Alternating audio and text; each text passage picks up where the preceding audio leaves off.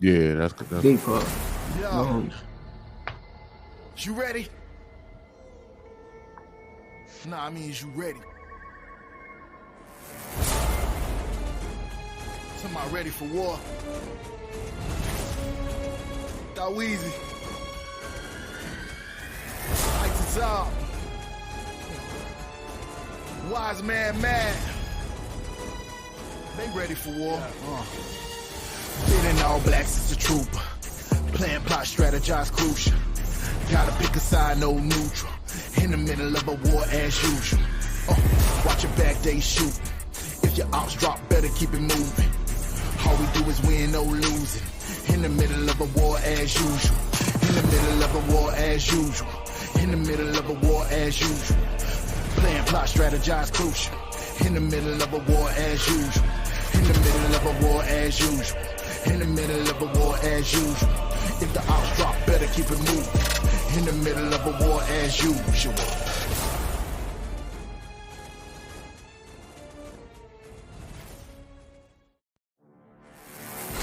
Yeah.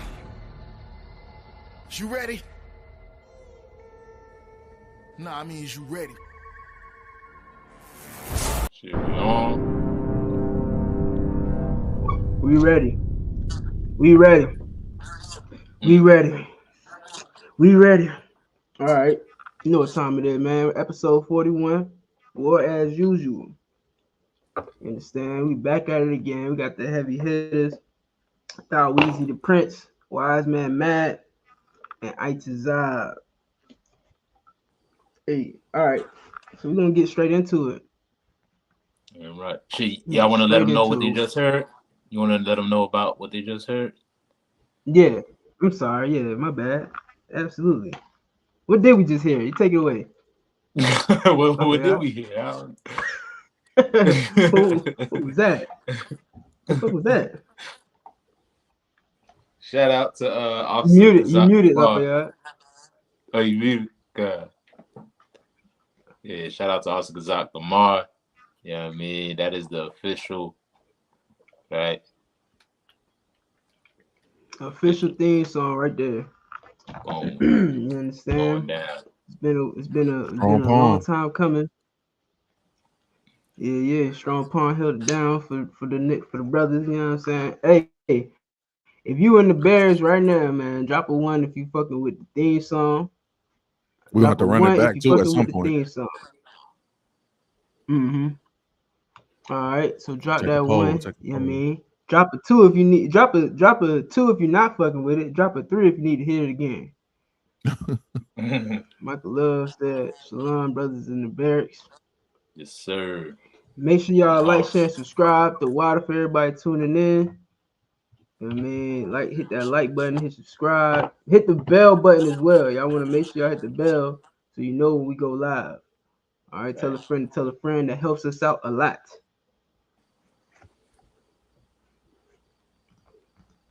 Yes, sir. I'm over here eating damn noodles and shit, trying not to slurp. Pause. Good night. I was about to, you beat me to it. Oh, man. Any other episode, I would have been straight, but not this one. Hey, yo. Oh. That's crazy. Yo. What we chatting about, y'all? Hey, yo. Hey yo, hey yo, hey yo, hey yo, hey yo, hey yo, hey yo, hey yo, hey yo, hey yo. It's frozen.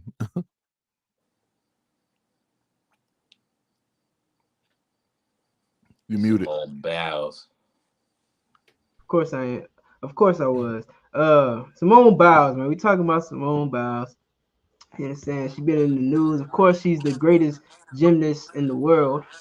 You know what I mean? Who else but a sister to be the greatest gymnast in the world, right? But she's in the news, right? Not because she's the greatest gymnast in the world, but because people, black women mainly, do not like her relationship and what's going on inside of it. So recently, Simone Biles has been spotted wearing her husband or her boyfriend, whatever you want to call it, her boyfriend's jersey.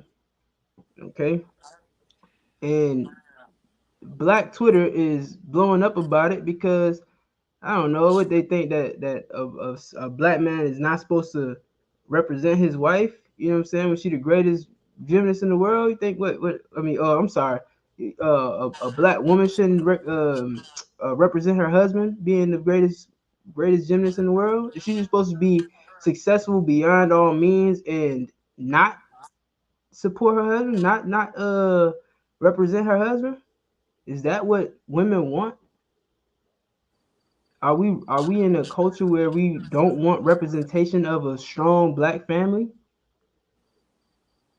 You know what I mean? We not want the quote unquote nuclear family back.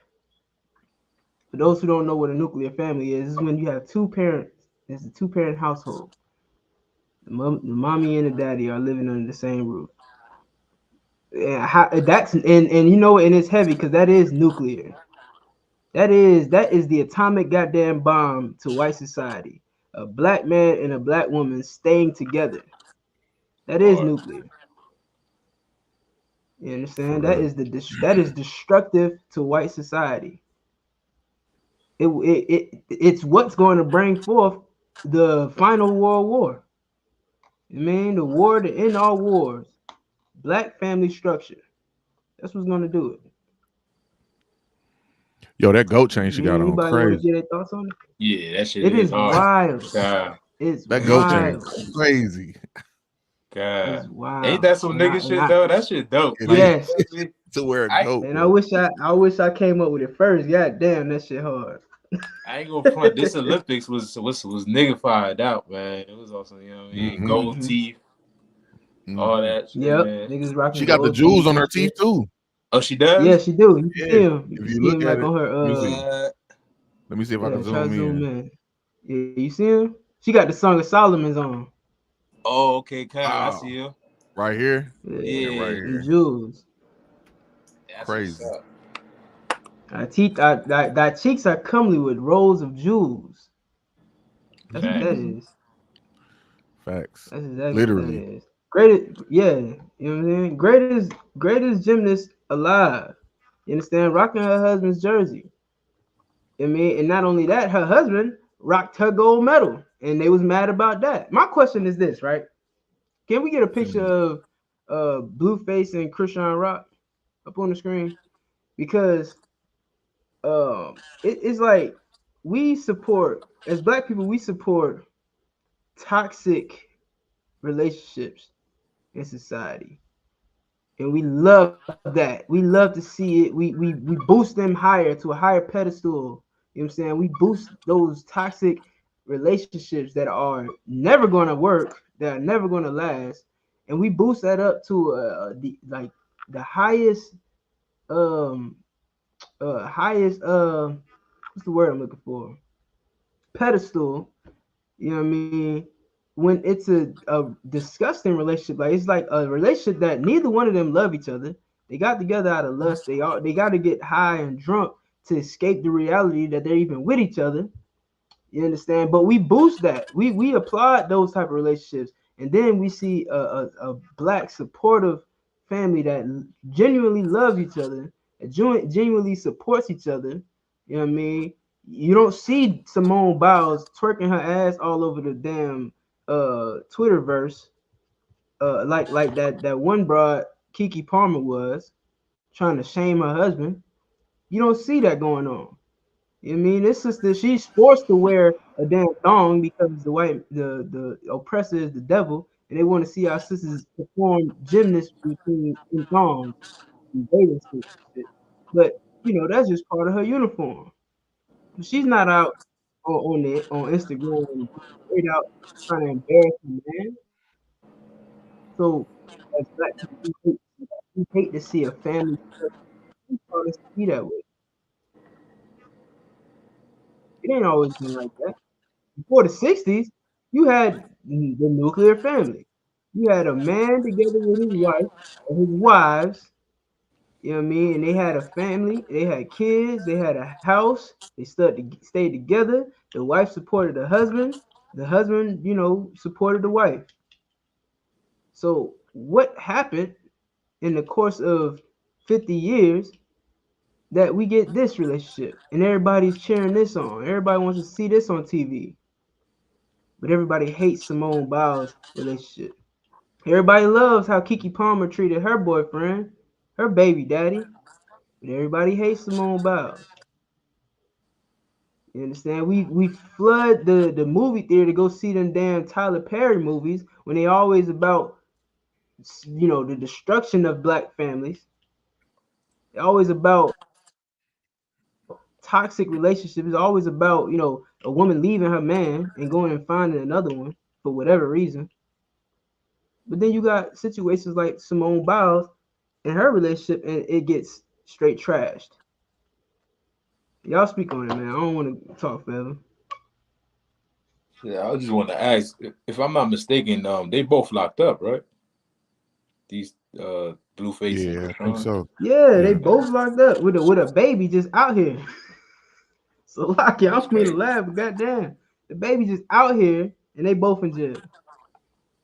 It's crazy. You know, I watched their reality show when they had it on. I watched it. And part of the reason I watched it is because, you know, the media, they always put stuff out there. They put out, you know, stuff out there they want you to see.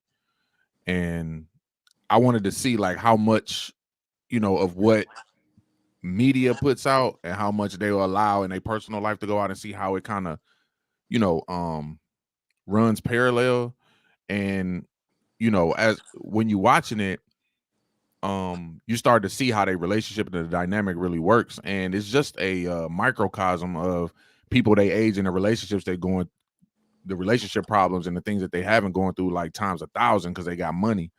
But, you know, at some point in time, you do feel, you know, well, I know I do. At some point in time while I'm watching it, sometimes it's funny, sometimes it's entertaining, but then sometimes it'd be sad because it'd be like, damn, bro, I wish they wasn't like this. You know what I mean? Like it's getting them fame and attention, but you know, it's a young niggas in relationships and they having regular relationship stuff happen out in the open with money. You know what I'm saying? Like, yeah. It's crazy. Would y'all rather be rich or famous? If you had a choice. Damn. That's hard. Is that a trick question? I'm nah. I was just asking because I don't know, because fame is a motherfucker, boy. And like Lapia was saying, they was doing all that stuff just to get attention and fame. You know what I mean? And I'm sure they didn't want that for themselves to be, you know, ending in jail. And, you know, a lot of people do that nowadays, you know what I'm saying? They rather seek fame, you know what I mean? But I don't know. It's up to the individual. I don't know. What do y'all think? Rich or famous? Yeah, I would definitely care more about having financial gain, you know what I'm saying, rather than fame. Nigga, I don't know, man. Like, what good is fame if you broke?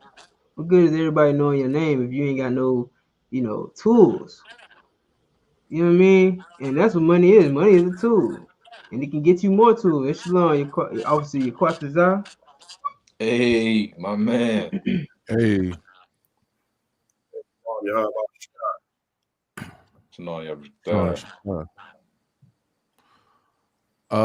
I don't know. Go ahead. I was gonna land. You know what I mean? Like, I don't know. What was your answer, Richard? Yeah, Richards would be a better route. You know what I'm saying? Like, who gives a fuck about fame, especially in this damn place? Salak, if I may, you know what? It's kind of as a matter of fact, go ahead.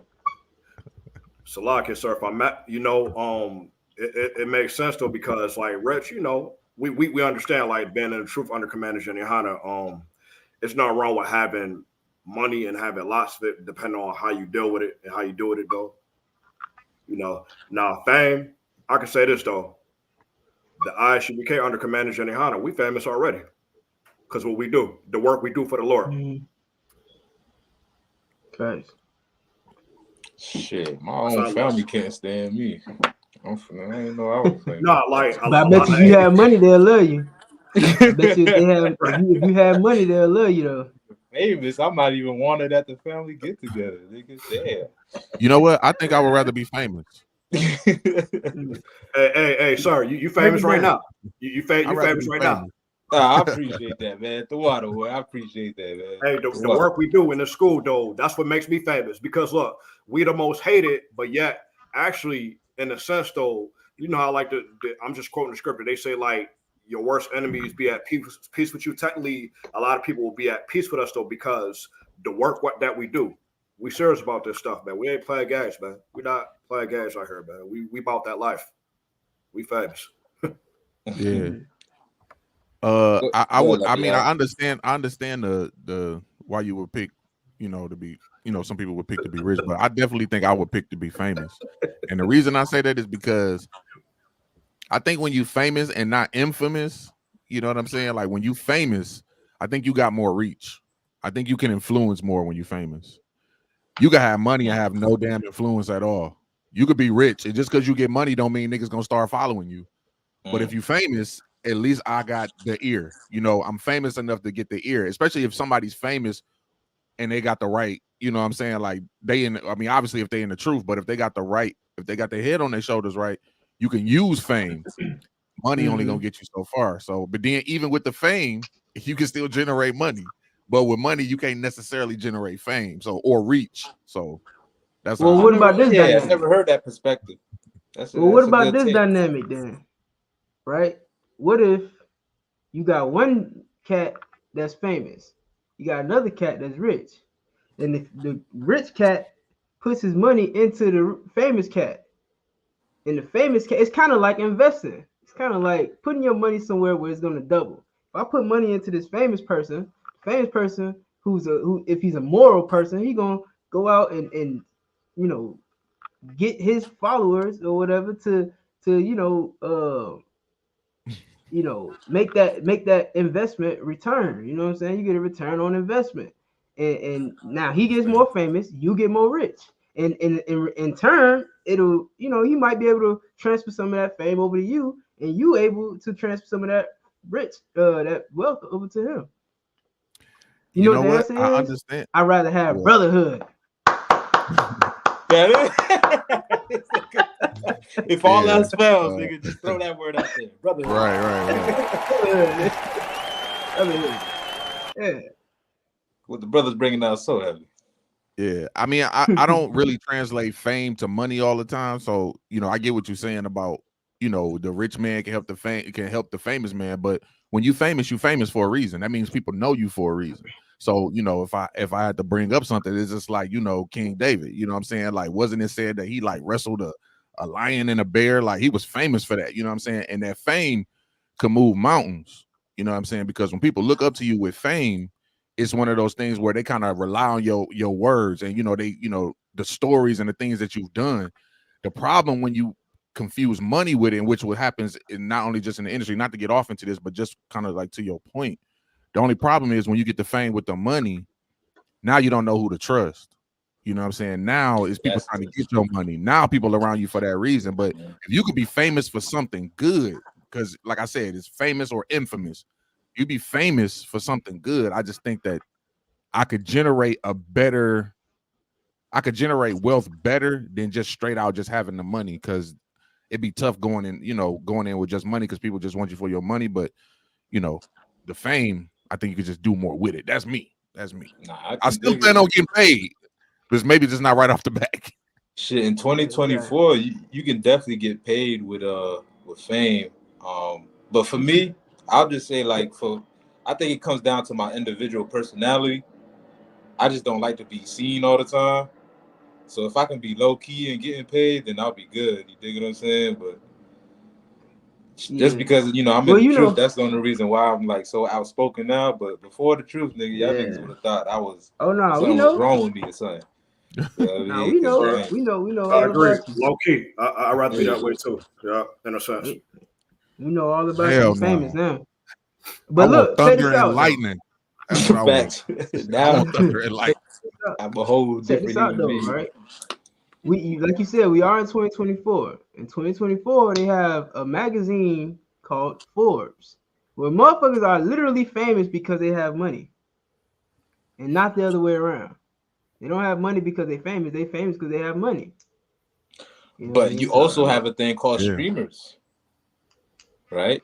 you got Where they're streamers, actually, yeah, they're famous, but they're not as paid as the people on Forbes. But they but got who do hella they bring on the who do they bring on the stream? They bring on rich niggas who might not be famous. You know what I mean? but Especially if they the they first one. If they the first one to put that nigga on their platform, that makes their platform better because like damn, we never heard from this nigga. He rich as fuck. I mean, nah, they end up building their own income.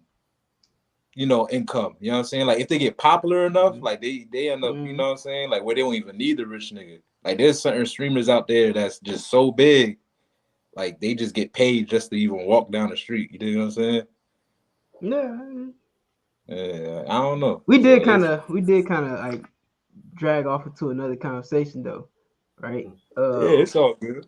It's all But convo. no, it was good. It was good. It was a good little segue. Because that was a good question.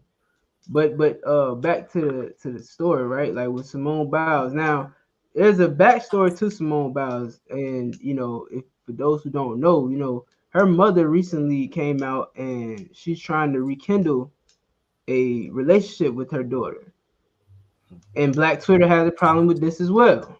It's crazy how Black Twitter does not want to see the Black family together.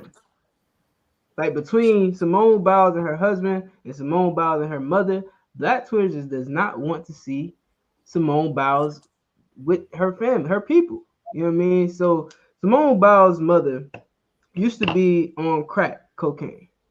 She struggled with crack cocaine when she first had Simone Biles, and she realized that she couldn't take care of her. You know what I mean? Of course, we know growing up in the hood, we know how crackheads move. You know what I'm saying? You turn around and sell your baby diapers for some damn crack. You know what I mean? Sell whatever ain't nailed down to the ground, you selling it to support your habit. And Simone Biles' mother, in my opinion, did something that a responsible adult would have done and gave that daughter up for adoption rather than selling her bed. Because we have heard stories where crackheads will sell their child for some crack. You know what I mean? Straight pimp the damn daughter out to get some drugs. So in my opinion, you mean like Simone Biles' mother did what was necessary in order for Simone Biles to be the woman that she is today. And now she's trying to rekindle that relationship between her and her daughter, which really ain't got to be rekindled because there was never any bad blood. Simone Biles' mother realized she couldn't take care of this child, gave up for adoption. She got better. She got off of the drugs, and now she's trying to be back in her daughter's life. So, what do y'all think about that situation? Can I ask a question real quick? Just a quick question. Absolutely. Do y'all think there's any difference between this story, the Simone Biles and the Mom Duke story, and the Amari Lex story? The sister that gave her kids to CPS on live or not? I don't think it's a difference. I think the only problem forgive me if I'm kind of No, do you think? Yeah, bum rushing, but no, I think it's a different situation because this and this is my opinion. I know Lafayette, he stated his opinions when we talked about it, and his different from mine. But this woman, to me, it just seemed like a call for attention more than anything. But at the same time, she was saying like, "Yo, I need help. I can't do it." And what we fail to realize is that a woman cannot do the job of a man and a woman at the same time. You need a Black man in your house. You need a Black man around. You know what I mean? You need a Black man raising your children with you, not push the kids off on him or he push the kids off on you. It's supposed to be working together, which is again brings us back to the topic of the Black family being unified.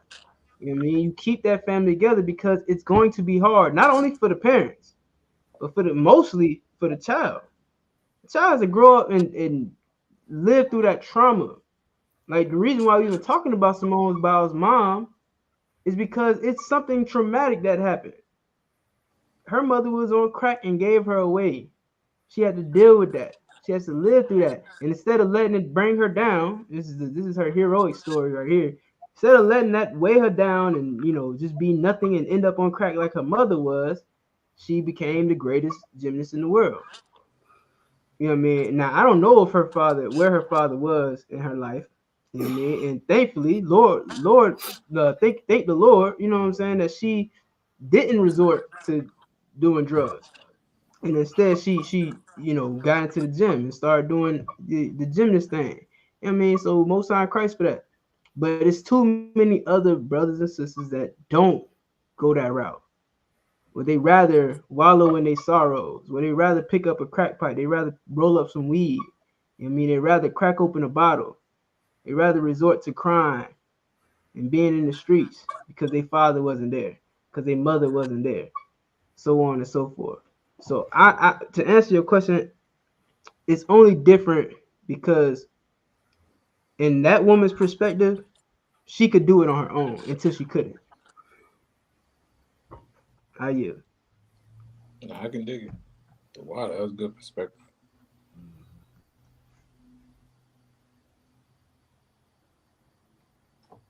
You can go ahead. You got to that. Okay. Nah, I ain't got nothing. That's I was just asking. I thought you. I I wanted to go. Your questions are, you got something? I mean, Salakia, so if I may, I guess it makes sense to you need the brother for disciplinary and proper guidance, because think about it, a sister is great and outstanding in her role, like the Bible says, but when it comes to trying to discipline and far as prepare for warfare and all that though, that's where you need the brother. That's where you need that man at, and especially like a lot of brothers though, like if they get angry out in the streets though, and then if they wasn't raised by their father though, they'd be one to spaz or fight though. Whereas if they had a father figure that properly discipline them and teach them how to channel that anger to deal with it appropriately though, because the last thing you want to do is fight. You could self-defend if somebody try to like attack you, but you know what I'm saying? Facts. Yeah, I don't think it's I mean it's clear differences, but I think you can weigh them the same because going through drug abuse, that's a trauma.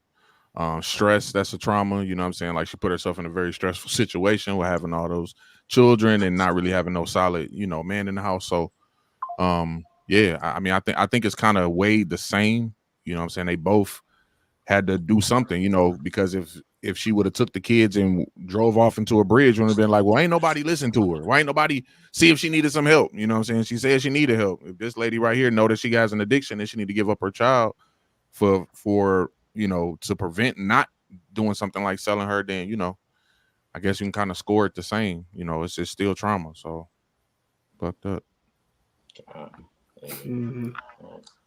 Lord allow they get back together, man. Her and the Mom Dukes. Yeah, as they should. Yeah, you know what I mean? As they should. Yeah. I got a video on it. If y'all want me to play it. I guess that's yeah. Share screen.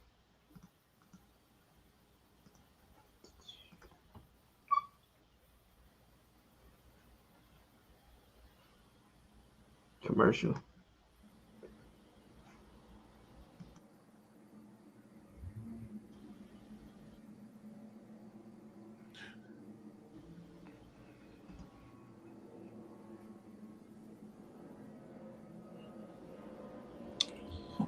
Well. Who's that? That's her mama? No, that's an ad. Oh, my bad. What's up, you guys? Today we're talking about Simone Biles and the strained relationship she has with her biological mother, Shannon Biles. And as you might know, Shannon, her mother, has struggled with addiction and had to make the difficult decision to give Simone and her siblings up when Simone was just a toddler. And so now, years later, Shannon is asking for Simone's forgiveness as Shannon continues to work at Save-A-Lot, and Simone is one of the greatest gymnasts to ever do it. So we're going to get into that in this video. But first, if you're watching and you haven't yet subscribed, go ahead and subscribe, and everyone click the. And her mother was dealing with some serious drug issues that made it impossible for her to provide a stable home for Simone and for her siblings. And so by the time Simone was just 3 years old, her and her siblings were placed in foster care. And so her mother has been very open about how hard it was to let her children go, but at the same time, she felt like it was her only option. She was in and out of jail, and the addiction had taken over her life. It wasn't just casual use. It had taken over her life. She wasn't able to provide for Simone and her siblings, and she wasn't able to be there at all, according to her. And so Shannon's father, Ron Biles, knew this, and so he stepped in and adopted Simone and her sister. Ron Biles and his wife, Nellie Biles, decided to take in all four of Shannon's kids. And they wanted to give them the stability that they needed. Eventually, though, the family had to make some choices. And Simone and her younger sister, Adria, were adopted by Ron and Nellie and moved with them to Texas. But the older siblings, Ashley and Tevin, were adopted by Ron's sister, Harriet, and they stayed in Ohio. Yeah, so I mean, that's pretty much it, right? God, what I do want to say, man, it's crazy to think, like, before we came into the truth, those that did smoke, like, we was one blunt away from being a crackhead. Mm-hmm. Yeah. Like, you get what I'm saying? Like, was nothing promised for us to be in this position that we in right now. Like, that could have been any one of us, man. And she's, I hope she's doing better now and things can work out for her, man. That shit crazy. Yeah. Man, especially and I think the big takeaway I don't know was the age on it, but that was crazy. Yeah, it was crazy. And the big takeaway on it was, to me, like, seeing that her father stepped in and was like, "Yo, I'm gonna just take the kids." You know what I mean? And didn't do it on his own. You know, he raised those children with his wife, his new wife. You know what I mean? Now, unfortunately, it wasn't her biological mother in the house, but it was a mother figure. You know what I mean? I'm pretty sure that woman loved her as if she was her own daughter. And obviously the brother loved her, you know what I mean? And they got her to become the greatest athlete in the world, or the greatest gymnast in the world. She favors her mother. Big up to that brother, big up to that sister. Oh. She does. And I'm in no means, excusing the mother's behavior either.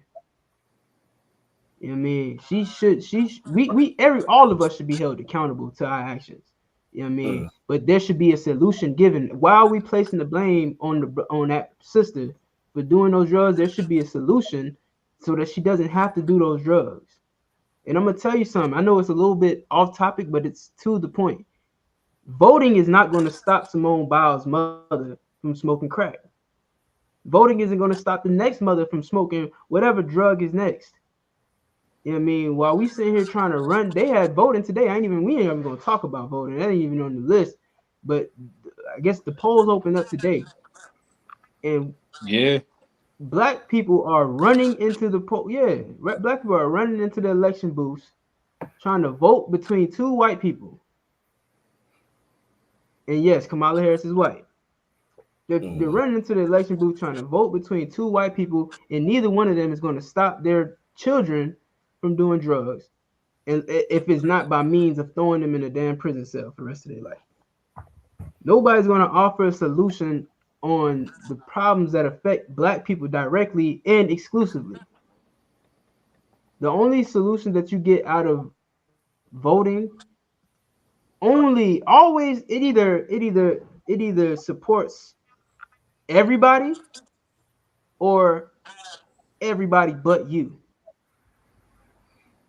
Just think about every time a bill passed. There's not one bill that says, yeah, this is going to benefit the black people. But how many bills are there that pass that only support Israel, that only support Palestine, that only support Russia, that only support Africa? There's not a bill in mind, in sight, on any piece of paper anywhere that directly and exclusively benefits Black people today. And we've been voting for 60 plus years. Right. America has been voting for over 140 years. When has it ever benefited us, Black and brown people?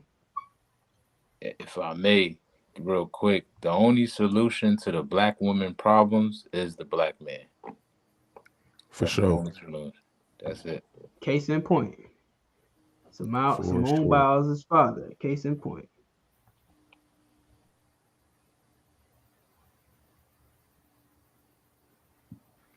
All right, so I guess we can run to the next topic.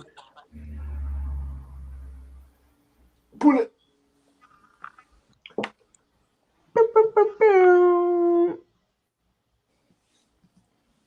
So we're gonna talk about.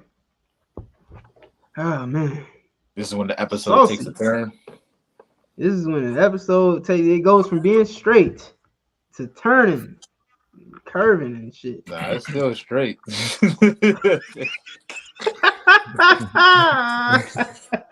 Definitely still straight, so like it. At least we straight, goddamn. The show straight. The topics might not be, goddamn. Unless you lie, The you subject matter. Yeah, we're gonna turn the tide to motherfucking Saucy Santana. Nah, this segment I'm pausing everything. You see something fuck up, I'm about pausing everything. Right. I ain't letting nothing slide. Say less. Oh, this is so this right here. This is about Tyler Peryy. You want to play this one first? Oh, this is Tyler Peryy. Yeah, this is. We can go here first. I guess it's all related. I guess It's all related. It's all connected. What we're going to show you in these next sequence of stories is how each of these men that we're about to talk about have something in common. And the one thing that they have in common is also commonplace throughout the entire LGBTQ community. So let's take a listen. Well, many of you know Tyler Peryy from his blockbuster movies and hit TV shows. Tyler knows exactly how these men, all of you, are feeling, and many of you who are watching today, because just a few weeks ago, he shared his own story of childhood abuse. Take a brief look, will you? How would you describe your childhood? For me, a living hell. You know, I was able to, somewhere along the way, that my saving grace was I learned how to leave myself. I remember my mother and my aunt taking me to the park. Look at your cute self there. Yeah. Yeah, it's hard for me to look at that.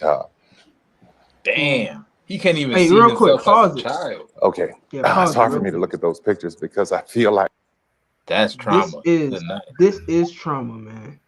This is the face of trauma. Now you wonder why this man, you about to understand why this man dresses up like a woman for entertainment. You're about to see what caused this man to behave the way he behaves, write the type of stories he writes, dresses the way he dresses, talks the way he talks, shave his beard the way he shave it. I mean, you're about to know every aspect of his life within 2 sentences. Roll the tape. Wrong button. I died as a child. In addition to being regularly beaten by his father, Pause Tyler it. says he was sexually abused. I know we not, this ain't no teaching platform, but I honestly have to get a scripture. You know what I mean? So can somebody get me where it says when basically it says like when you grape somebody, yeah, when you force her, you know what I mean, you basically kill them. It's no different than you taking her life. You know what I mean? Now it's talking about a woman, but guess what? Apparently it's the same effect on Tyler Peryy. You know what I mean? And so when he said that, and that's not the first time he said that, he said it in another interview as well. So he meant it, and that's why he can't look at his childhood picture. That's crazy. You can't even look at that is man. That's grief. That is traumatic. I ain't gonna front. That's crazy. he instantly came to tears. Instantly came to tears just by the sight of his childhood picture. And didn't even look for it long. He turned around and looked away. Like, I can't even look at that. I can't even look at that. Why? Because he's disgusted at that little boy. He's disgusted at what that little boy went through. He's disgusted at what he sees, and instantly everything that happened from that time period floods back into his mind, and he hates himself. And you're going to realize Tyler Perry hates himself, and he hates men in general. He hates men. You understand? Tyler Perry puts on a dress because he hates men. He writes about men being destructive in relationships because he hates men. Do we have that scripture real quick? You can get it. Make sure y'all like, share, and subscribe. You know what I mean? Let's get these likes up. You can grab the vid too, right? What's up? You can grab the vid. Yeah, but yeah, I mean, I know it's gonna be slow a little bit, but yeah, I can pull it up. Is it in the book of Deuteronomy or Leviticus, sir? Yes, it should be in Deuteronomy, around 25 or something like that, around chapter 25, I think.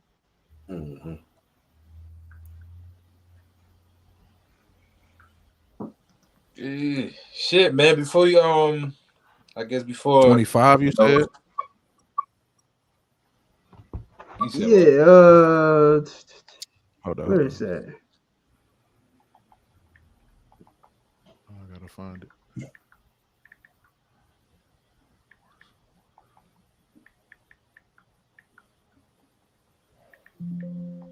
It's definitely in Deuteronomy. Deuteronomy 22. 22. Yeah. What verse, sir? Start talking about it in 25, I think. Is it something about like if a man find a betrothed damsel in the field? Yeah. And the man force her, right? And lie with her. Right. Whenever you're ready, sir. Go ahead, you got it. Khan, this is the book of Deuteronomy, chapter 22, verse 25. But if a man find a betrothed damsel in the field, and the man force her and lie with her, then the man only that lay with her shall die.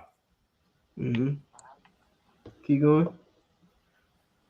Verse 26. But unto the damsel thou shalt do nothing. There is in the damsel no sin worthy of death. For as when a man riseth against his neighbor and slayeth him, even so is this matter. Right. What it's saying is, just like if you were to take a gun, you know what I mean, and unalive another person, it's the same thing as if you were to force a woman to have sex with you. It's the same thing, meaning murder is no different from raping or sexual assault. You know what I mean? There's no difference between the two.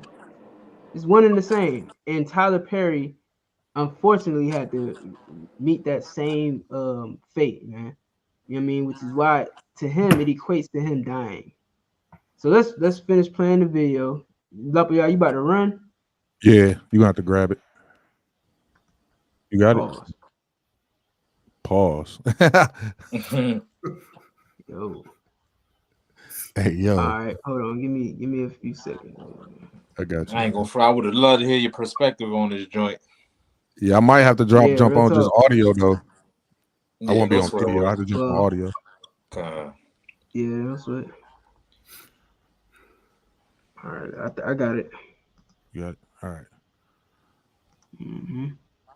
Sure. So I'm gonna just go ahead and play it from the beginning.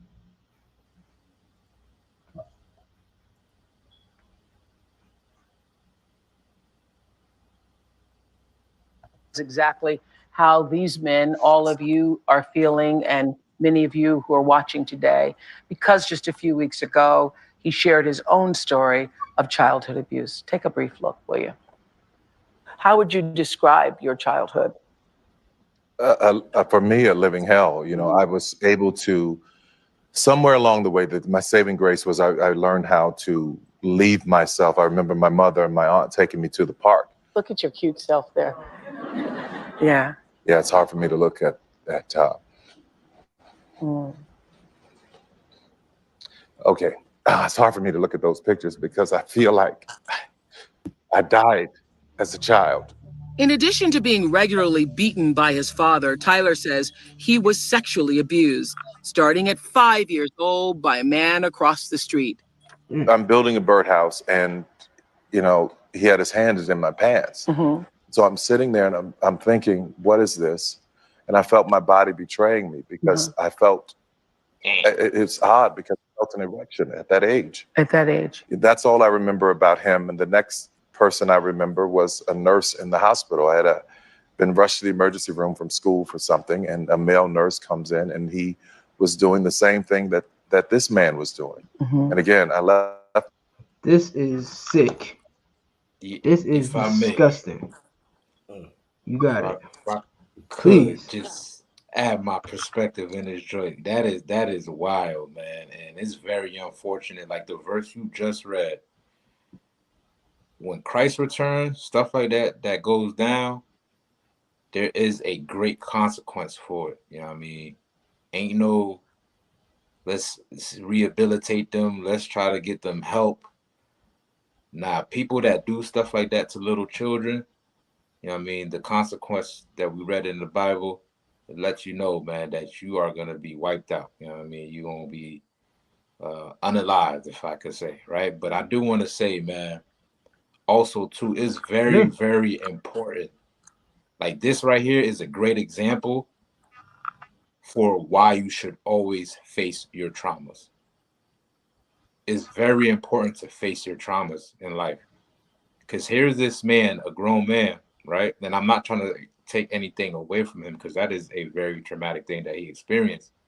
But he still feel a sense of inaccomplishment even as a billionaire when he's faced with his trauma. You get what I'm saying? Like he still haven't healed from what he went through as a youth.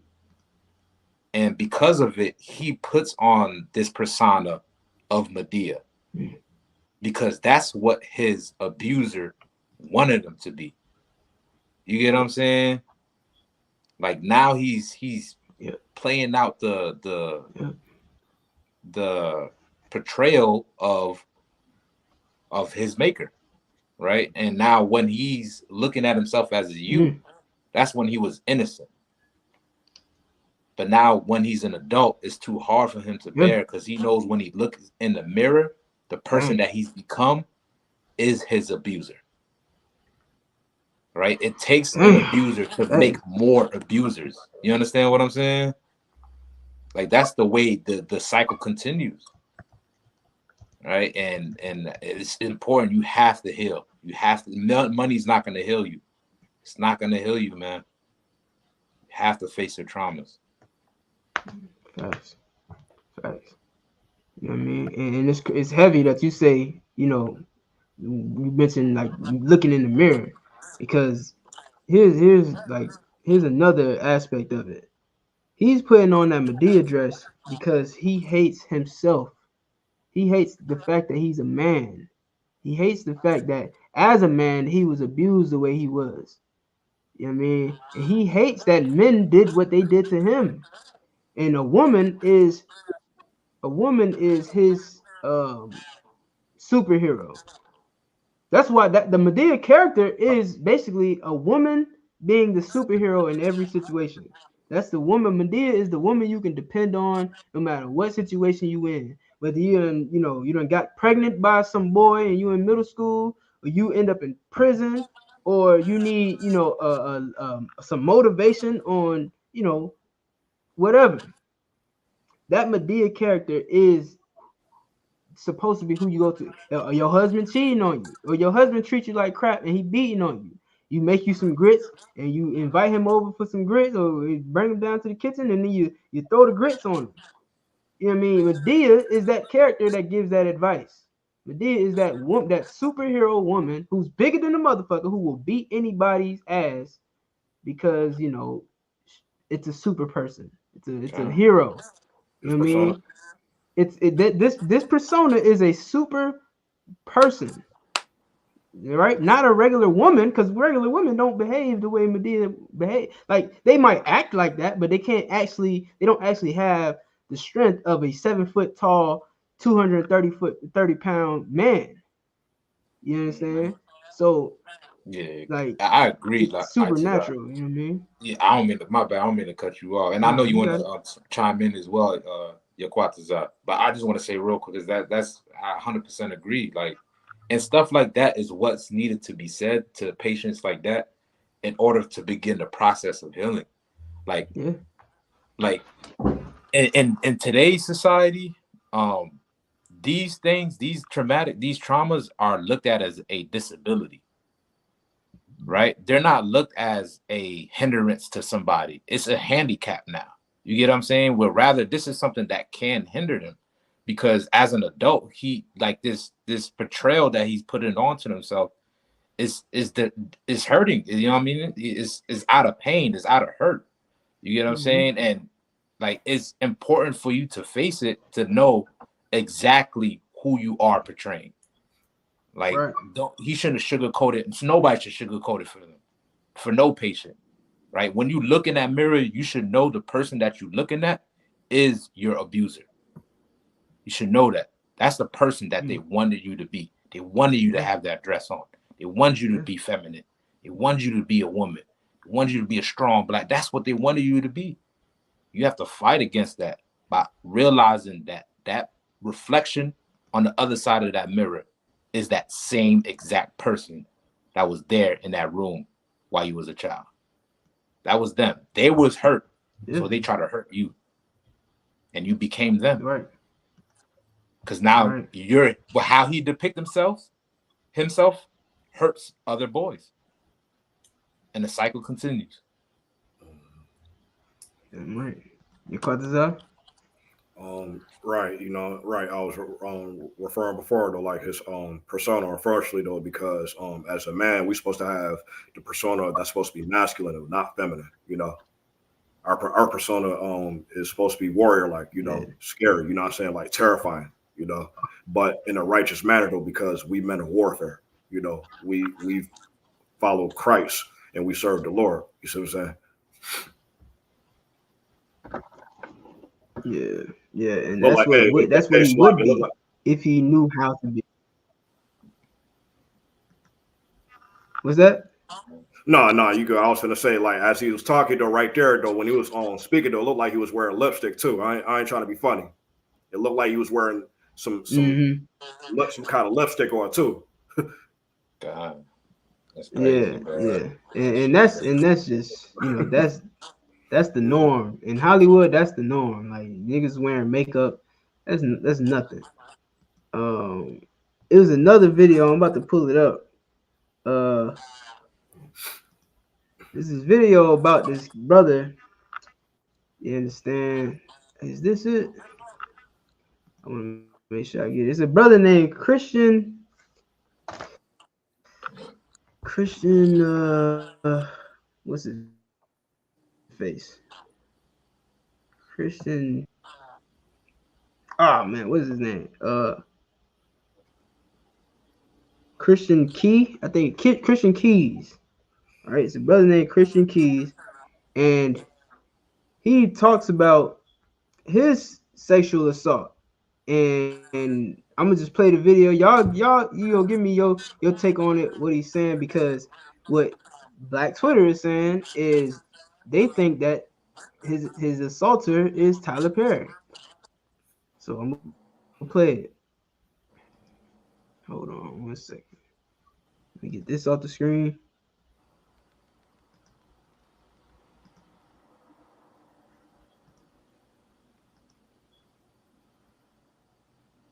So this is an hour-long video, but we're not gonna play a whole hour. Keep the TV down. I'll put it right here. It says actor Christian Keys reveals he was sexually assaulted by a powerful man in I'm Hollywood. good. Somebody said you don't look okay. I'm okay. I have peace. I'm literally strategically planning my next 8 moves. I'm good. God got me because He's watching when I was offered these opportunities and I didn't say yes. I didn't sell my soul or my ass.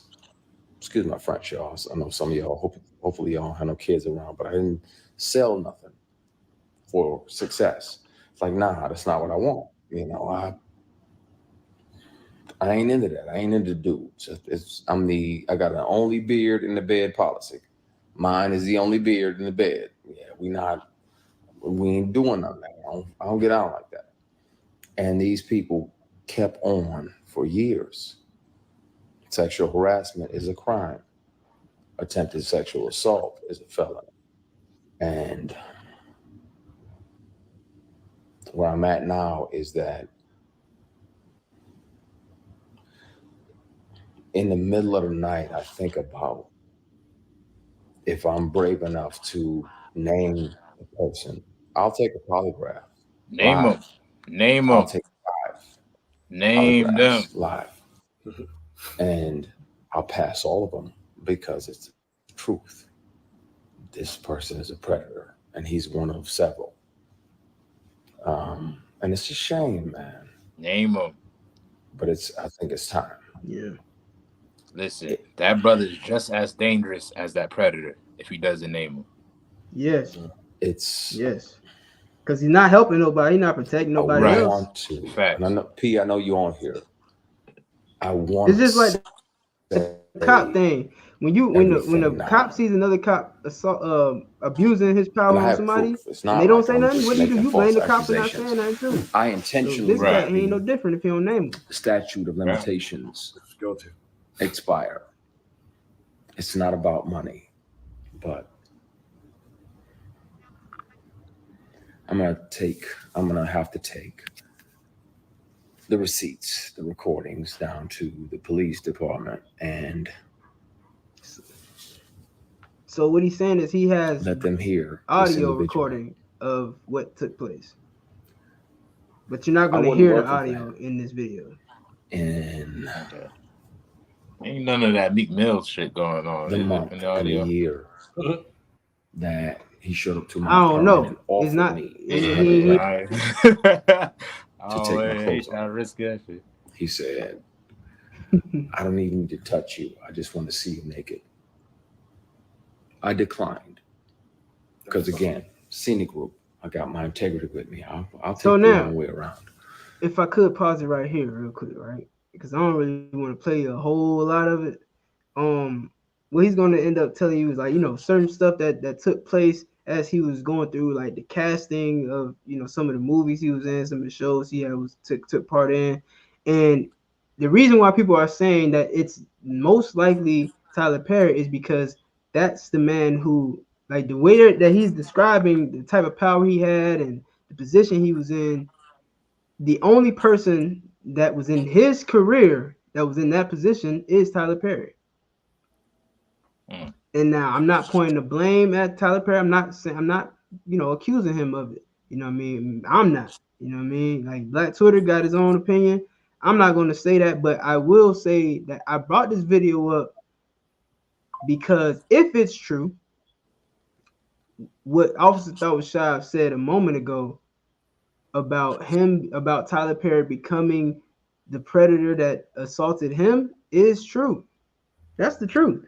Because predators breed predators. That's how the LGBTQ community exists. Somebody was predatorized, and that victim became the next predator. And then it continued and continued and continued. It's a vicious, endless cycle. And before you know it, it will happen to your child. Unless you be more vigilant. Unless you say, nah, you know what I'm saying, whatever goes on, like everybody can't just be around my child. And like Officer Shah said, also allow your child to communicate with you. You know what I mean? Let that child, address his grievances. Let him address his trauma and what he's been through. Don't hold it back. Like you know what I'm saying. You gonna blame. What the problem is? We tend to blame the victim. We tend to blame the victim, and now the victim has a mindset of, well, I can't go to my parent because I'm going to get in trouble. I'm gonna be the one in trouble because of what happened to me. You know what I mean? And you should never create an environment like that. You know, I don't do it with my rib. Like I don't blame I don't put like nothing on her. I teach her what she needs to learn out of every lesson, but she knows that she can always tell me anything. And you have to have that. You have to have that with your wife. You have to have that with your children. Anybody that you have rulership over, the men under you. You got rank in the UPK. You have to provide a space where those men can tell you anything. Mm-hmm. Yeah, you gonna you might have to discipline them. You might have to reprimand them. You know what I mean? You're gonna have to give them some counsel, but you give them the opportunity. You give them a safe place to talk about it. I mean, I love what Junior Hanna said last night about he pulled the script, a precept where it talks about how if a man it says despise not a man that steals to save his soul. Not to say that you're not going to punish him for stealing, but you're not going to despise. You're not going to treat him like he's a filthy, disgusting sinner, and you don't want nothing to do with him. You give him that's your brother. I mean, he went through some hard times. He went through something traumatic. Whatever the case is, you allow that brother to tell you what it is that he went through. You offer him that safe space, because if he don't tell you, it'll never get handled. It'll never get taken care of. His soul could be lost because he couldn't go and tell nobody what he was going through. You know what I mean? Same with your children, same with your wife. Right. So it's also, damn right, man. If I could also add, man, get a brother a hand. You know what I mean? Because that's real shit. I can also add, I know everybody done heard the saying, hurt people hurt people. Like, it's important to heal that hurt, right? It's some stuff that he's not willing to address within himself that's causing him to hurt other people. And this brother right here, if he don't heal that hurt within himself as well too, it can possibly develop into him hurting somebody else as well too. You know what I mean? It's important to heal that trauma. Face your traumas. Face it. It's not an easy task, but you have to face your traumas. Yeah. Great. And you have to expose the predator that did it. Because if he doesn't get punished, he'll just keep doing it. If he doesn't get exposed, if nobody knows that this person is this type of person, then they're gonna trust that person. They're gonna, especially if he a superstar, like, you know what I'm saying, somebody that's powerful with some pull in Hollywood and stuff like that. You know how many people want to get famous, how many people want to act and do all type of, like we were just talking about a second ago. Would you rather be famous or rich? And so many people want to be famous because being famous tends to bring riches, right? And there's so many people lining up for the opportunity to be famous that they will do whatever that person says. They will sell their soul and their booty. Right. You know what I mean? Right. They'll do it. Right. They'll do it because it's money. You know what I mean? It's money. Go ahead. Hey, you know what? That there you go. You can follow with these Christian pastors right there. You got your Christian pastors. You got our people in high political office that's just as bad as these Christian pastors or worse, so we gotta expose everything that the Lord is against. All that shit must be exposed. Excuse my French. And what you said also, a few minutes earlier, there was something extremely heavy though, because in this school, as I learned though, I understand that like when I have brothers and sisters directly under me, you know, they're gonna look up to me for proper guidance. And that's something important though, because you know, before you know it though, like I want brothers and sisters under me. Matter of fact, I pretty much like it when the whole school, you know what I'm saying, the whole ISUPK school look at me as a good inspiration, you know, like in general, and brothers and sisters outside the school look up to me as great inspiration though, because how we carry ourselves though counts everything, and how three of us carry us though affects the whole school in general though. So that's some heavy, powerful stuff you said, sir. Damn right, man. And listen, you already there. You know what I mean? Real talk. Why? You know what I'm saying? That greatness is already there. For you to accomplish what you accomplished by being in this school says a lot. Because that's what most people is neglecting. That's what you did is what Tyler Peryy is neglecting. You know what I mean? Like niggas rather numb the pain rather than actually face it. Right. And that money is numbing his pain. So Yeah. If I could too, one thing I forgot to mention about the Tyler Peryy story, he also stated that after this happened, you know, he also blamed the Christian church. Like he was like his mother was taken to the Christian church, but the church he said that the pastor would read him scriptures to kind of justify what happened to him. I'm gonna see if I think it's this part right here. Let me see if it plays. Tell me if y'all hear it. Can y'all hear it? I can't hear it. I can't either, sir. All right, hold on.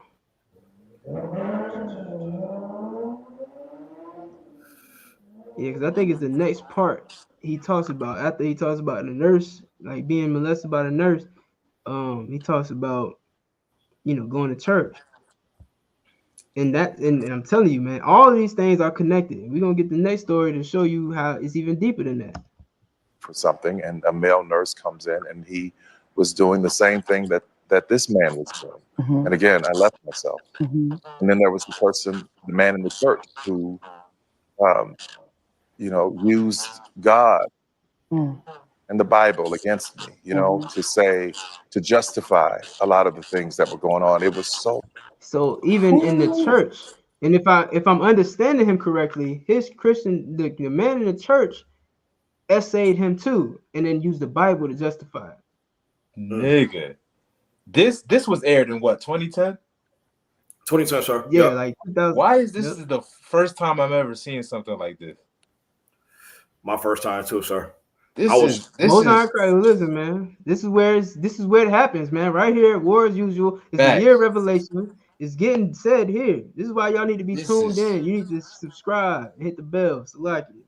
Nah, damn right, man. Because this is crazy. Like this should ring an alarm in people's minds. Damn, that's crazy. Yeah, and this is if you don't know, this is the war that we dealing with.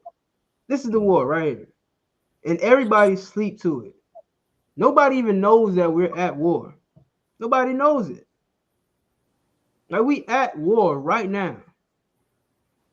You understand? And we're losing because we don't know how to fight back.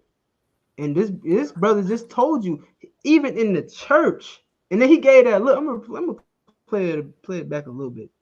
Look at his look when he looks at Oprah after saying that. You know, to justify right here, right? The man in the church who, you know, used God. Right there, that look, used God to justify his actions, to justify what was going on. I mean, this is your. I wouldn't be surprised if it was goddamn Eddie Long or somebody. But then again, it could be anybody because they all doing this. Right. The church, all of that, man. They've been they've been doing this, man. And people got to understand, a predator only attacks his prey when it's vulnerable. And people going to church, they is as vulnerable as can be. Praying for a miracle, praying for a healing. And that predator that's on that pulpit, he sees that. And he uses your vulnerability against you. You know what I'm saying? Like, there is no healing in the Christian church. None at all. And they wait for that right opportunity to get you. When you crying and singing hallelujah, they're waiting. You gotta be vigilant. You know what I'm saying? Salaki, I can't even talk right, but you gotta be on your P's and Q's. Vigilant. There you go, the water. You know what I mean? You gotta be. Not everybody that smiles and come with a praise and worship is good for you, bro. They some predators. All that running and jumping and saying you got the Holy Ghost. I'm gonna say it though, because they're a bunch of Christians though. We know it's the Holy Spirit though, but them running around, jumping around, faking, like pretending like they got the Holy quote unquote ghost though. You got a bunch of demons in you, and you full of a bunch of people who are corrupt. And the fact is, ain't nobody saying about it though. So all these different Christian pastors and quote unquote deacons and the bishops, they all know about it though, but ain't nobody saying nothing. You see? Yeah, man, it's crazy. And you Christian leaders, man, you should be the most ashamed of yourself. And it just goes to show you that the Christian church is not where black people get saved. The Christian church is where black people go to be abused. You understand? And turned over unto demons. Like they're not freeing you from demons in that church. They're bringing demons into your life, into your house. You know what I mean? Corrupting your children. This is the history of the Christian church. How many times are we going to need to see it? Last week we talked about T.D. Jakes and Kirk Franklin. You know what I mean? We talked about all of your superstar Christians and how their lives are terrible. R. Kelly was assaulted by Christians. Mm-hmm. And he ends up assaulting little girls. Eddie Long assaulted those boys. He got AIDS and died. You understand? T.D. Jakes comes out and says, and tells his whole, first of all, names his sermon, Daddy, I See the Wood. And in the damn sermon, he talks about seeing the wood and then goes straight into, have you ever been swallowed up? If that's not messaging, then I don't know what it is. And he also had Kirk Franklin sitting on his lap and Kirk Franklin sitting on his lap. Provocative stuff though. And him, I'm gonna say for Kirk Franklin's situation, he did a lot of verbal. I said before in the last couple platforms he was in, he did a lot of verbal sexual harassment, saying disgusting things verbally, and he did a lot of visual sexual harassment though. That's higher though, and you offended somebody's children or somebody's woman, mother, sister, and you don't do that, man. Yeah. Mm-hmm. Good. So let's go to our next story, man. Now the next story is about someone more, relevant or whatever, if you want to call it that. Saucy Santana. Understand? We're gonna hear his story and what he went through, and let's see if there's any similarities to what we heard about Tyler Peryy.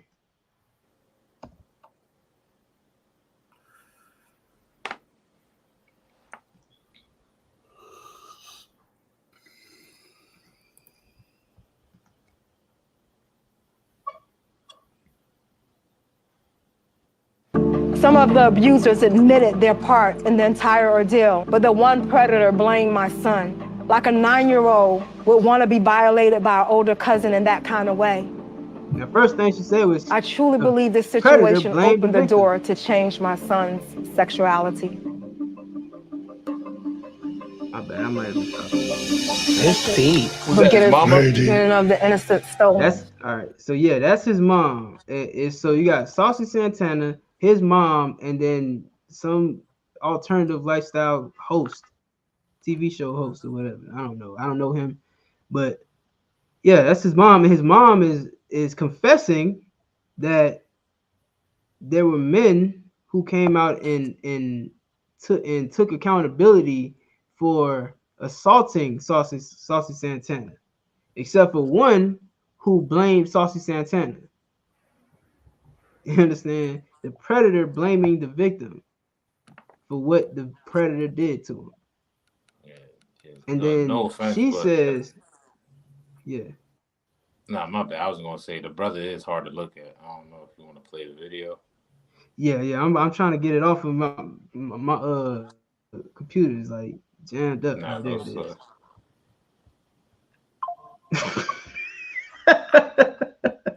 Nah, I wasn't trying to be So, funny.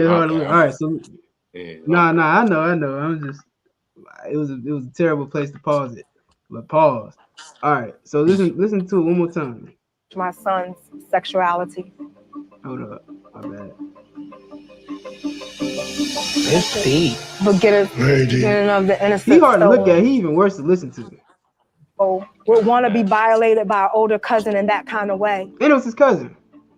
I truly believe the situation opened the door to change my son's sexuality. Boom. All right, let me not leave it on him. Hold on, my bad. I apologize.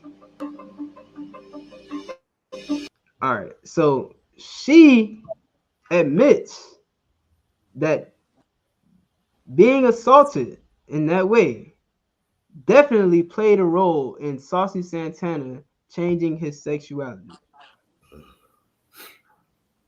That this is something we already know. Yeah, we already know this, and she's absolutely right. But there is a problem. There's a denial in the world. Women are in denial about it, and the LGBTQ community is in denial about it. Even though majority of that community will tell you they've been SA'd. I mean, they'll tell you they've been touched or even worse. They'll tell you. But guess what? They'll also do it to somebody else. Now, do I need to play more of this video?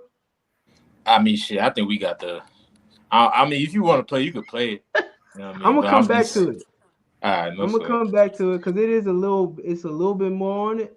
But there's something I want to show y'all. You know what I mean? Damn, and I don't even like saying it like that. Pause.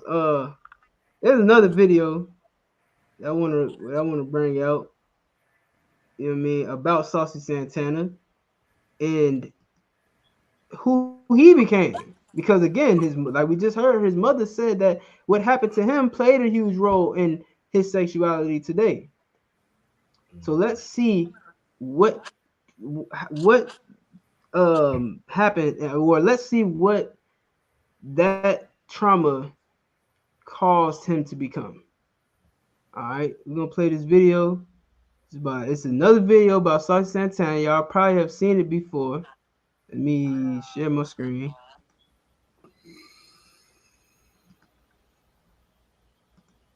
Now y'all probably have seen this video before. I'm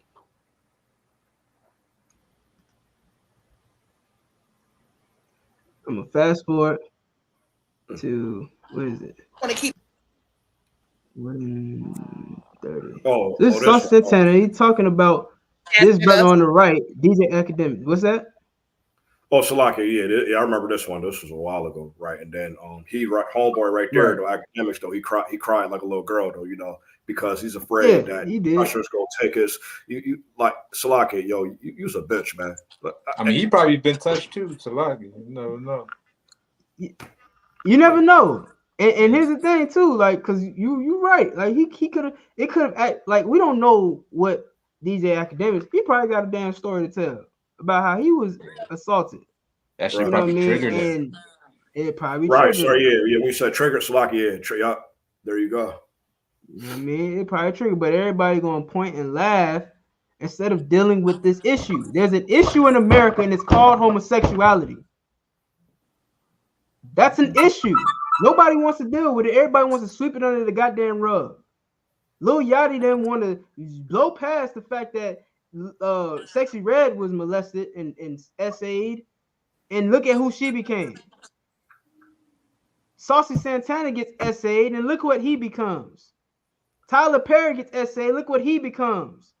The list goes on and on. Nobody wants to address the problem. Go ahead.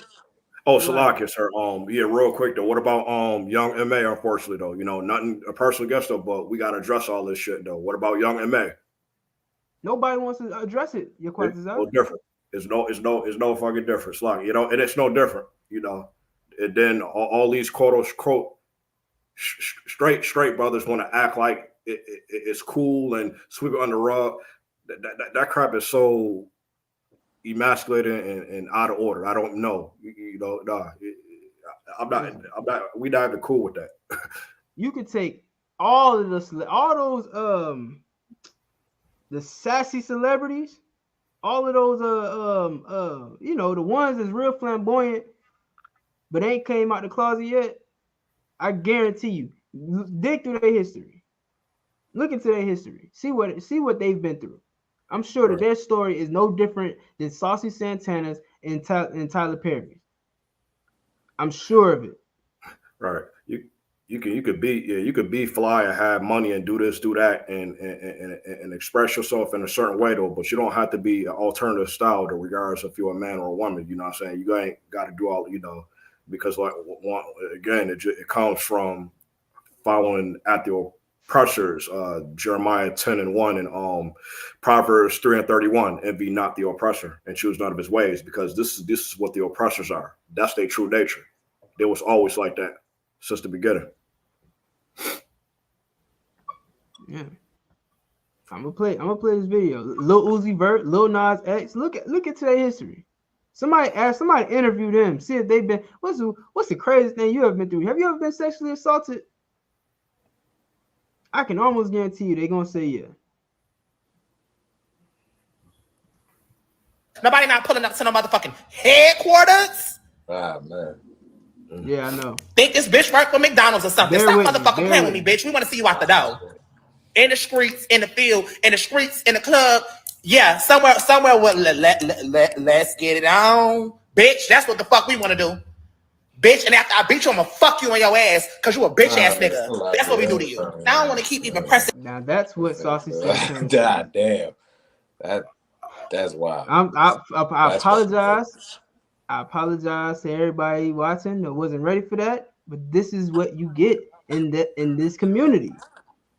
This is the type of vulgarity you get in the LGBTQ community. Why so violent and aggressive? Like, why? Because the community is not a love group. They want you to believe that this community is a love group. Love is love. Love who you want to love. When in reality, the community is a hate group. They're not spreading love when they sleep with each other. They spreading hate. They spreading self-hate. They spreading hate for each other. And then this behavior just tops the damn cake. This type of behavior is exactly what you experience when you deal with the LGBTQ community. If you're not in full alliance with them, you're against them, and they're gonna act aggressively and violently, just like they did in Sodom and Gomorrah story. Just like way back then, way back in the back of the days. You understand? When help me out. What's the cat name? Lot. Abraham brother. Yeah, Lot. When they was dealing with Lot, and they wanted to take those men out of Lot's house, and Lot offered his daughters instead. Said, take my daughters instead. You know what I mean? And you know, marry them. And they wasn't having that. It's like, after we, you know, take them, we're gonna take the man and we're gonna take you. And Saucy Santana is no different from the men in Sodom and Gomorrah. That's why this place is spiritually called Sodom in Egypt. This place right here is Sodom. because this can go on, and Saucy Santana is not behind bars. Right. That's a threat, and rape is a crime. And the other, and Tyler Peryy, what did Tyler Peryy? No, it wasn't Tyler Peryy. It was the other cat, Christian Keys. He said sexual harassment is a crime, and attempted sexual assault is a felony. You know what I mean?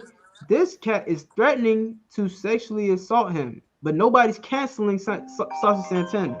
Now everybody's shedding a tear for Saucy Santana. Everybody's, siding with Saucy Santana because the story came out that the same thing he threatened to do to this man happened to him as a child. And everybody's throwing, and guess what? Everybody's throwing the straight man under the bus, or the assumed straight man, DJ Academics. They're throwing him under the bus when he was the one who was threatened. The same, if you care about Saucy Santana, like you right now, black people are watching this video with Saucy Santana's mom, and they're having sympathy for Saucy Santana.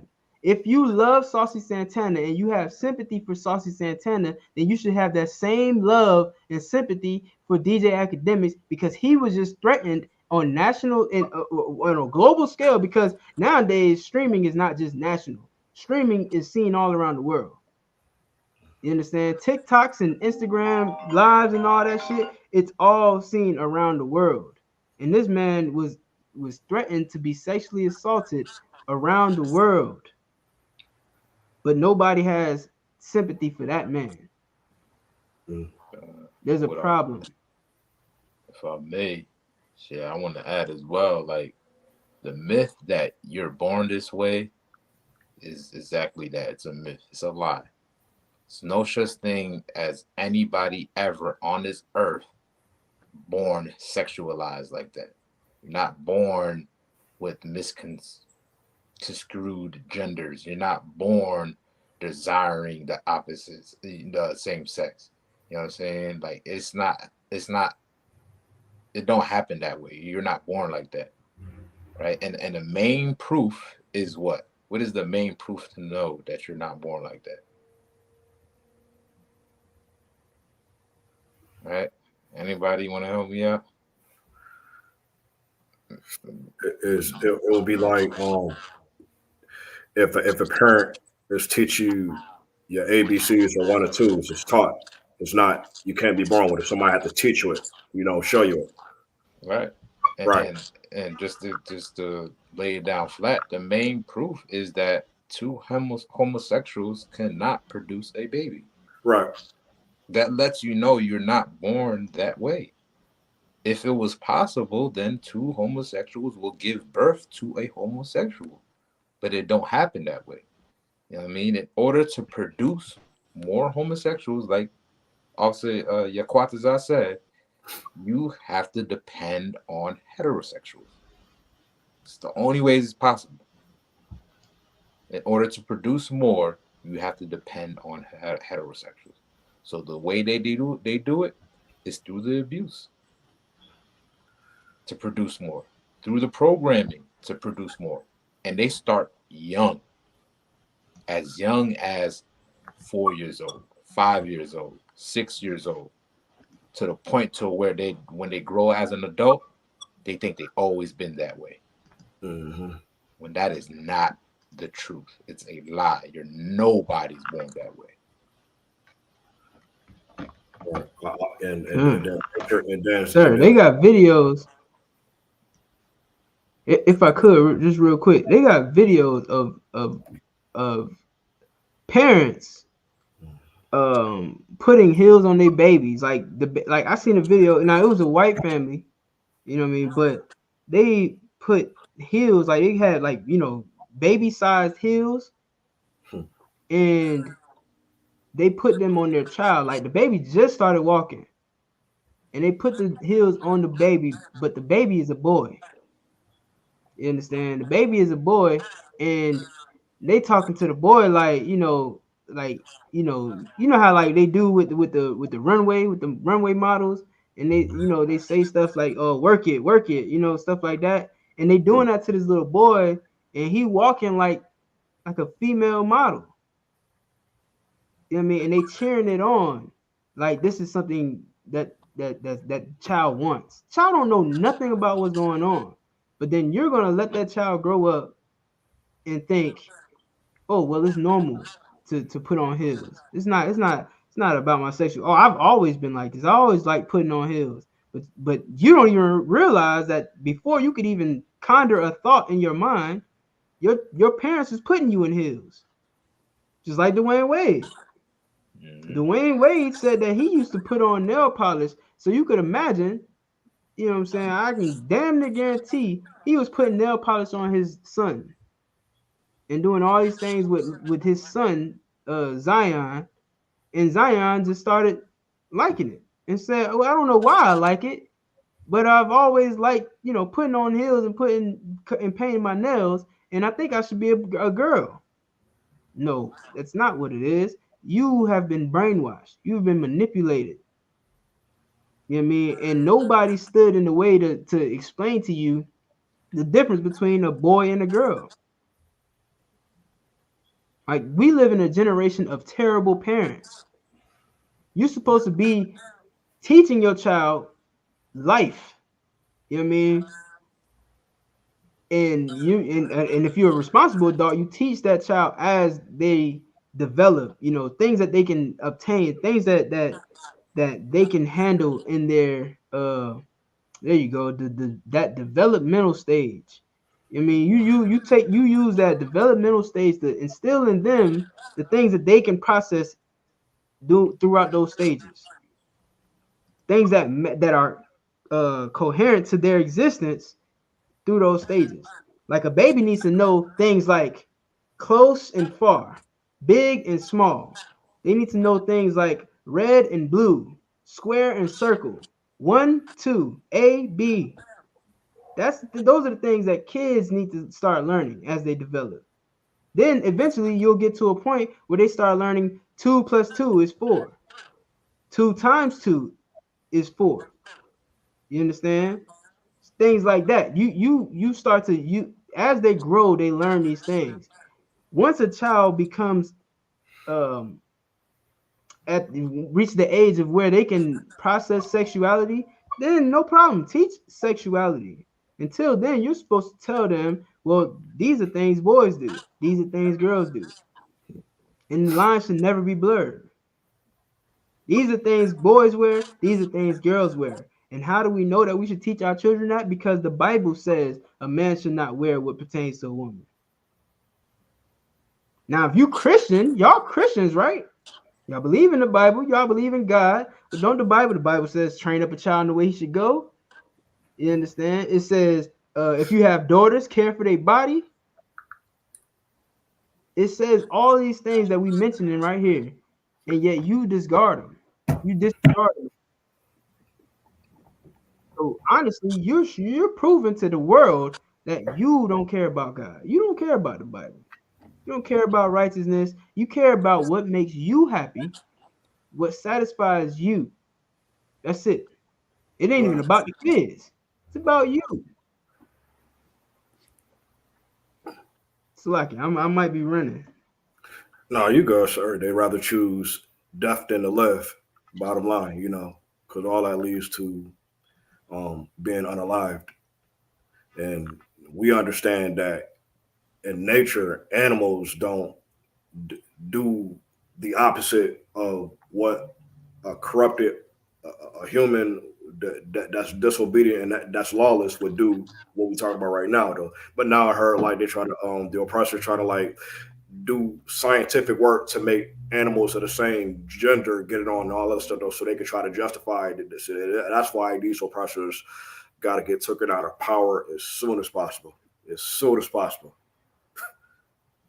Good night. Okay. You gotta, man.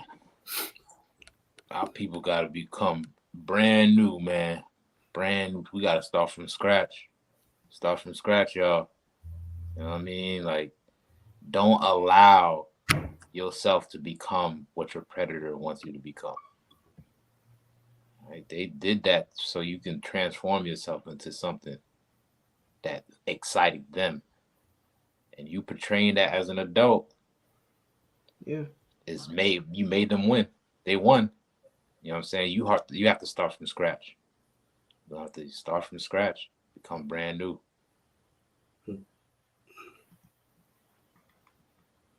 It's the only way.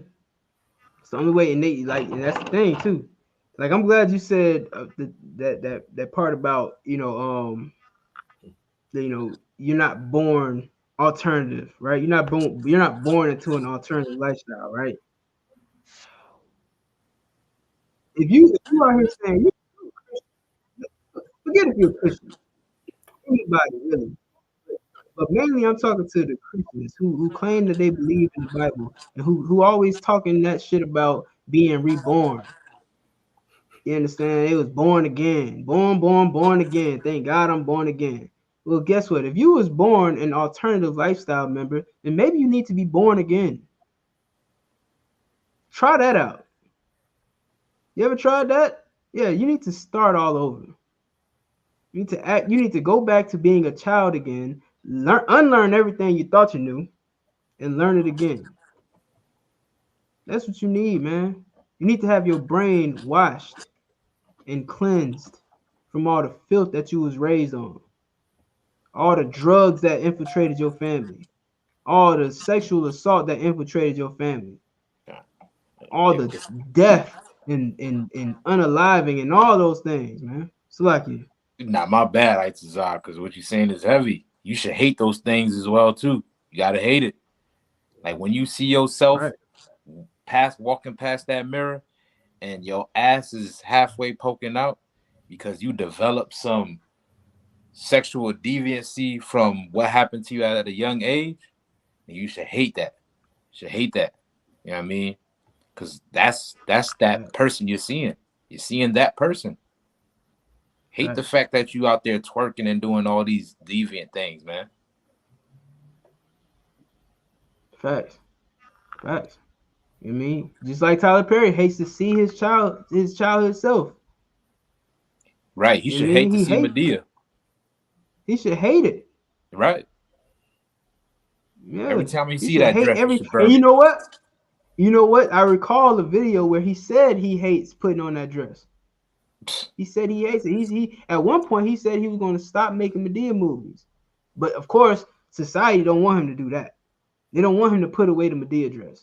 But he did decide at one point in his life. He decided that he was going to put away the Medea dress, and that's probably why you don't see as many Medea movies anymore. You know what I mean? He's still making them. They just don't come out as much. It was one time it was like a Medea movie every 9 months or something. Mm-hmm.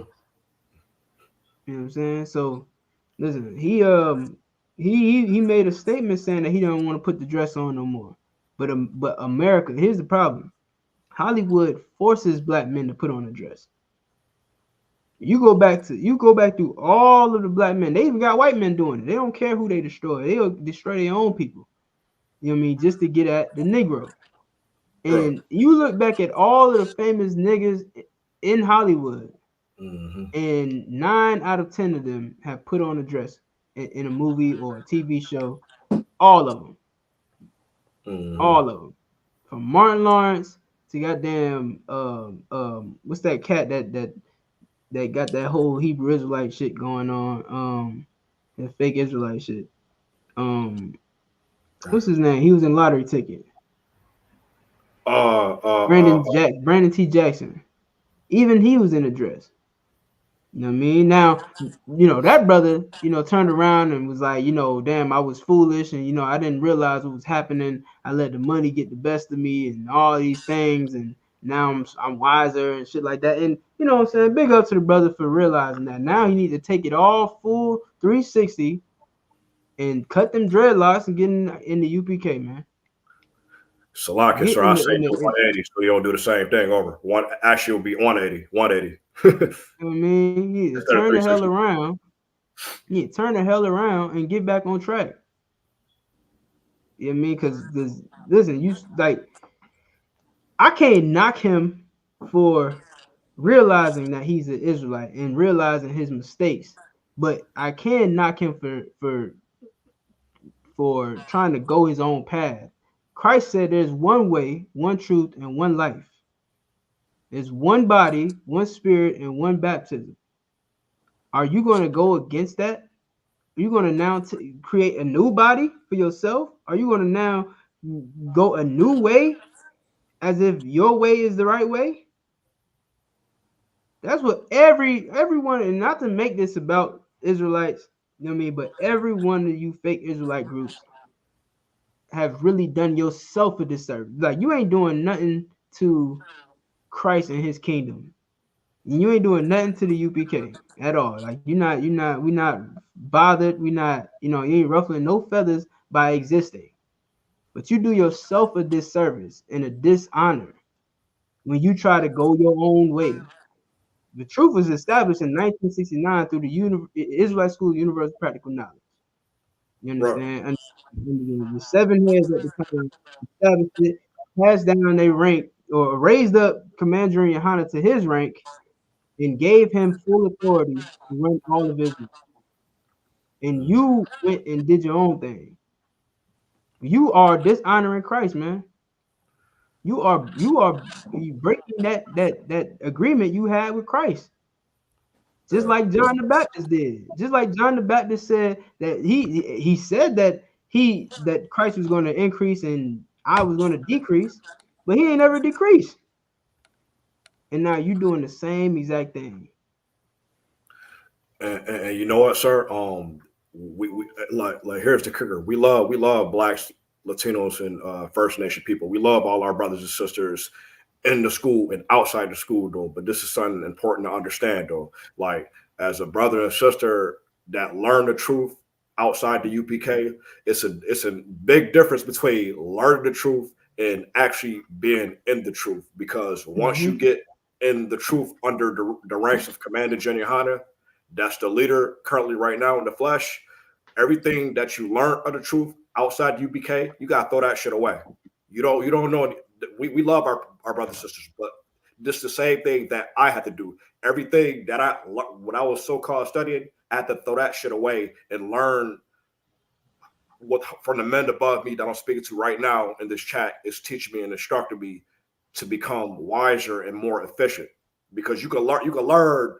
It's good to learn this stuff, though, but once you come into the UPK, everything you learn, you quote unquote think you know, throw it away. You don't know anything.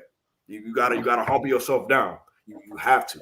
Even as a priest and officer, I still have to humble myself down and follow orders from men above me right now that's in these ranks, and to become a better leader and become a better brother and become more efficient at anything and everything that I do. That's how I get better and better. Facts. Good. All right, let's get this last story in. You want to say something? Hungry, dog. I know you tired and all that type of stuff. What's it? Let's get this last story. We at an hour and 40 minutes. Let's get this last story.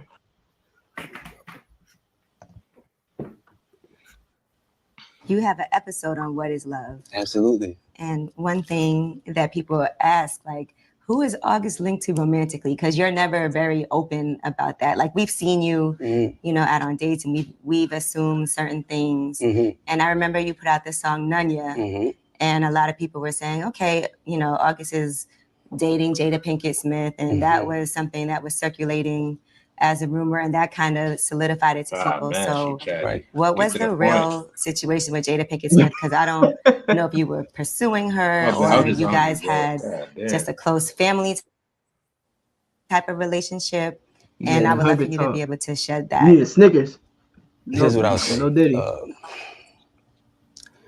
People can have whatever ideas that they like, but what I'm not okay so here we with have is August my character, Alsina. Being. You might be asking, why did I bring up this video?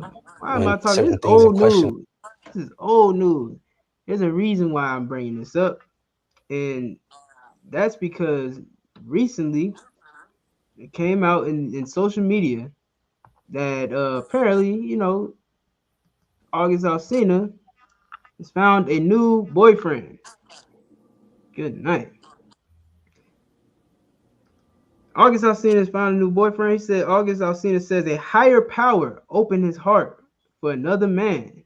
God gave him the gift of exposure to expose him to different kinds of places and things. But this woman, this sister, by the name of I am Akbar V, says Jesus ain't did nothing like this. Y'all play with God too much. He gives us a choice.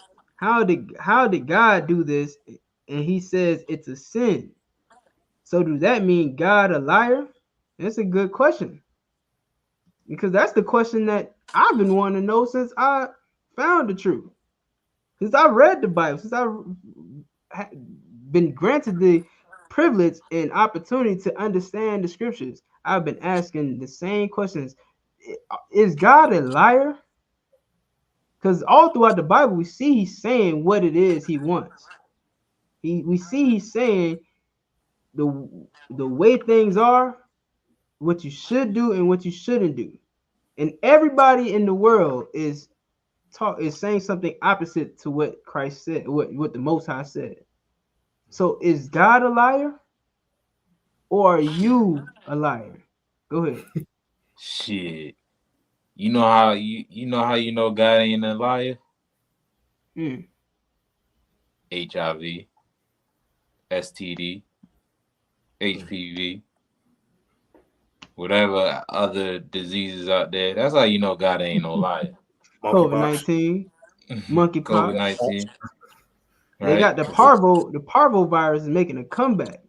Ebola. Mpox. Ebola. You know what I mean? You know what I mean? All of these things. If it was up to man, we would have want.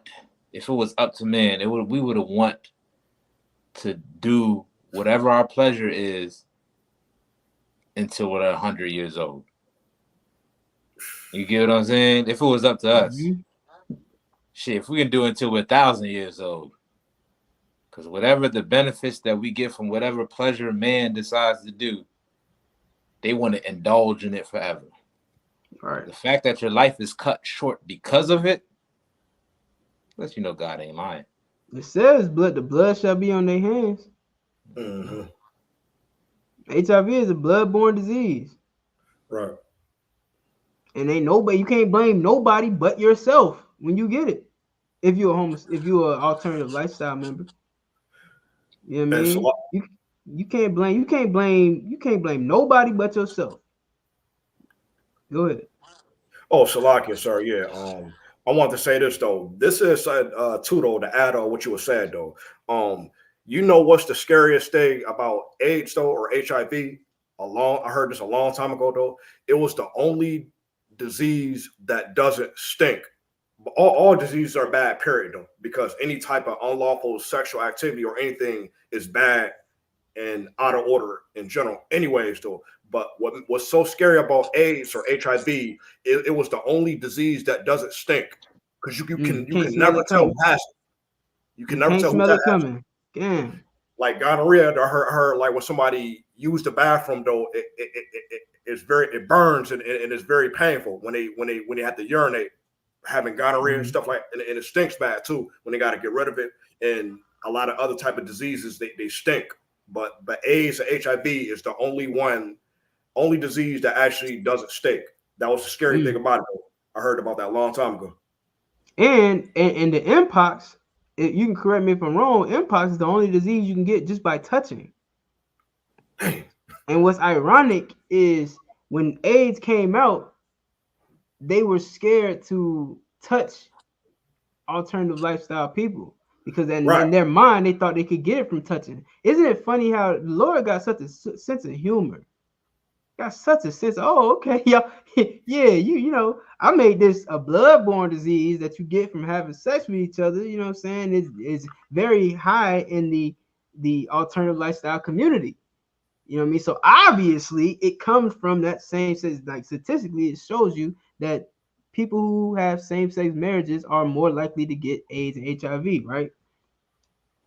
Then the Most High turned around and said, all right, well, shit, since y'all think y'all slick, they got like little remedies and cures and shit for the AIDS, thinking they could just keep on doing what they're doing and not get touched, right? But Lord hit their ass with monkeypox. Now it is a disease that you get from touching.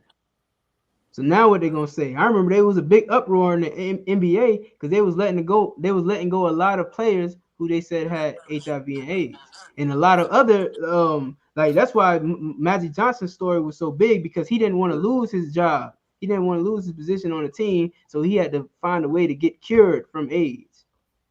Right? And it happened in a bunch of workplaces too. They started letting go people who had AIDS and HIV, right?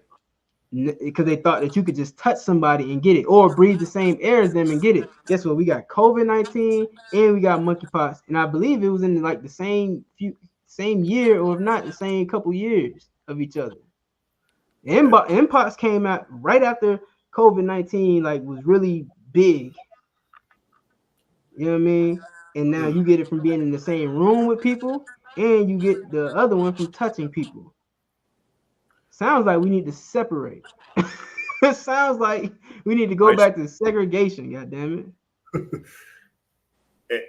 And the thing with that, sir, though, with that type of disease, though, all right, like when a man and a woman, though, like heterosexually, though, they going at it, though, like if a man or the woman has the disease, though, they said that they thought like French kissing you could catch it, though, but at the same time, it's not true. The only way, like for French kissing, they can actually, a man or a woman, if one of them has the disease, one of them can catch it. It has to be like a tremendous amount of fluid, like blood, like especially if it's like some blood, yeah. But like if a man or woman French kiss, though, but one of them has the HIV and the other one's clean, the one that's clean is not gonna catch it, though. But they said like it has to be a tremendous amount of fluid coming from the person who got the disease, especially if blood contact, right? If the blood, right? Because they say like open cut wounds can cause HIV too, right? If they rub together, the open cut wounds. Now what? Right. So now why is August Alsina going through what he's going through? I'm about to finish playing this video.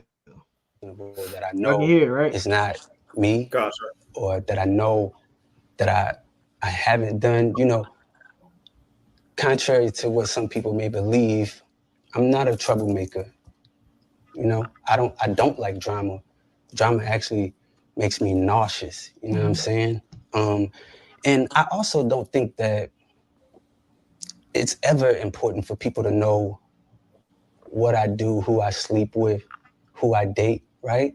But in this instance, it's very different because, as I said, there's so many people that are side-eyeing me, looking at me questionable about it. I mean, I've lost money, friendships, relationships behind it.